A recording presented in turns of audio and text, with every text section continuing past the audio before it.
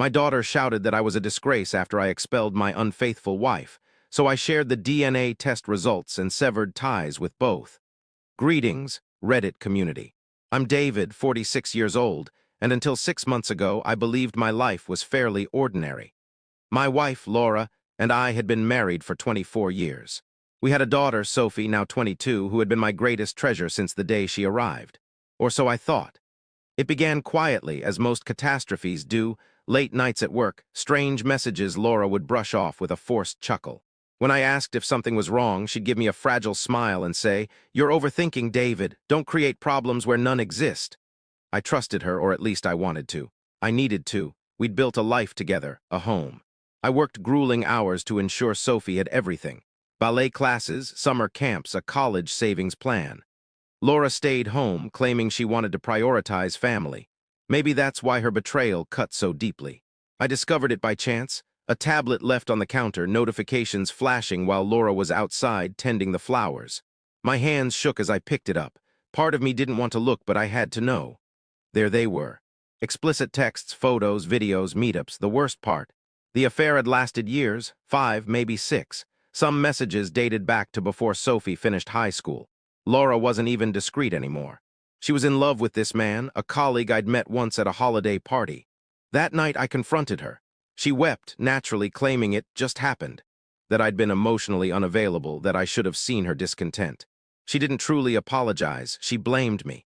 It wasn't anger I felt. It was a hollow, echoing void, as if everything I knew had been carved out, leaving me empty. I told her to leave. She resisted at first, staying in the spare room for a week, like an unwelcome guest. Sophie came home from college that weekend after I called her, expecting her to be appalled by her mother's actions. I was terribly mistaken. Sophie unleashed her fury, not at Laura, but at me. She stood in the living room, trembling with rage, her voice breaking as she yelled, "How dare you throw Mom out over this? You're a pathetic loser if you can't handle the truth. You failed as a father, a husband, and a man." Each word struck like a blow to my heart. This was my daughter, the one whose recitals I never missed, whose late-night anxieties over college essays I soothed, whose first car I worked overtime to afford. And now she called me a failure. I stood there, stunned, feeling something inside me break. In that moment, the pieces fell into place. The timeline, the arguments Laura and I had, the odd remarks from her friends that never added up until now. I'd suspected for years that Sophie didn't resemble me. Different hair, different nose, different eyes. But love blinds you. You convince yourself biology doesn't define family. Yet that night, with Sophie glaring at me like I was an intruder in my own home, I needed the truth, even if it destroyed me. So I acted discreetly. I found an old comb of Sophie's, sent it with my sample for a private DNA test. The results arrived 3 weeks later, 0% probability of paternity. Sophie wasn't mine, not biologically. It felt like the earth collapsed beneath me. 22 years, a lie. I sat with it for days, silent, ignoring Sophie's furious texts and Laura's insincere apologies. I grieved a life that never truly existed. Then I called them both for a final meeting. We sat at the dining table, the one we bought when Sophie was born, big enough for a family. I handed them the sealed DNA results without a word. Laura paled when she saw the envelope. Sophie, still angry, tore it open dramatically, as if to prove a point. She read it and her face fell. She looked at her mother, the truth hitting her faster than it had hit me. "I didn't know," Sophie whispered, her voice fragile. "You said Dad," but Laura was already deflecting. "It doesn't matter, David. You raised her. You're her father in every way that counts." I shook my head. "No," I said softly. "You made a choice for me 22 years ago. You built this lie and let me construct my life around it. And when I needed you both, you turned on me. You called me a failure, a loser, an insecure man." I looked at Sophie, not with rage, but with finality. "I was never enough for either of you, but I was more than you deserved." I stood, saying, "This is goodbye." Sophie sobbed, reaching for me, but I stepped back. I left them there in the wreckage of the home they destroyed. 2 months later, I sold the house, started therapy, and began examining who I was beyond being a husband or father. Some days, the loneliness is deafening, threatening to consume me. But most days, there's peace. For the first time, I'm not living a lie. I thought leaving that house would be like flipping a switch, that once the door closed, I'd be free. It wasn't so simple. In the weeks that followed, Sophie flooded my phone with messages, voicemails, late-night calls. At first it was anger. You're heartless. How could you do this to me? You're abandoning me over DNA. Then guilt.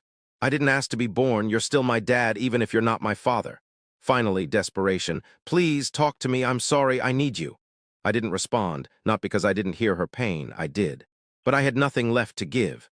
The thing no one tells you about this kind of loss is that grief is chaotic, ugly. Some mornings, I'd wake up and forget for a moment that my world had shattered. Then it would rush back. Every diaper I changed, every story I read, every graduation I celebrated, believing she was mine. But she never was. Laura tried another approach. Emails, handwritten notes, even sending friends to reason with me. One evening, a month after the truth came out, there was a knock at my apartment door. It was Sophie. She looked exhausted, dark circles, messy hair, wearing the sweatshirt she'd taken from me at 16. It broke me to see her like that, but I stayed resolute. "I just want to talk," she said, her voice cracking. I let her in, perhaps hoping for something, anything. She sat on the couch's edge, twisting her hands. "I didn't know," she said softly. "I swear, Dad, I didn't know. Mom said you were my real father." I nodded. "I believe you." Tears filled her eyes. "Then why are you punishing me? I didn't choose this." I sighed, staring at the ceiling. "I'm not punishing you, Sophie. I'm protecting myself. I poured my life into a lie, and when it fell apart, when your mother's betrayal surfaced, you chose her. You didn't hesitate. You stood in my home and called me a failure." Her face crumpled. I was upset. "I didn't mean it." I gave a sad smile. "Maybe, but you said what you felt in that moment. You can't take that back."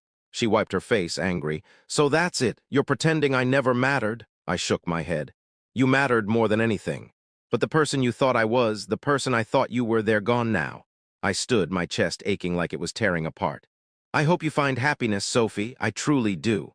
But I can't be the foundation you keep breaking and expect to stay strong." She stood there, then whispered, "Goodbye, Dad," so softly I barely heard it, and left. Now, nearly a year later, I've moved to a quieter city. I bought a fixer-upper and work on it in my spare time. There's something therapeutic about dismantling broken walls and building something sturdy. I adopted a dog, Max, a big, silly mutt who thinks he's a lapdog. He doesn't care about DNA, just loves me for feeding him and scratching his ears. Some days I grieve, not just for Sophie, but for the man I once was, who believed love could conquer all, who thought family was rooted in trust. But most days I wake up, brew coffee, walk Max, and breathe deeply. For the first time in years, the air feels pure. Optional epilogue: I heard from a friend that Sophie moved in with her boyfriend. She's working, studying part-time, and seems okay. I still love her. I always will. But sometimes the healthiest love is the kind you give from a distance, without expectations, without lies, without draining yourself for those who never valued you as you deserved.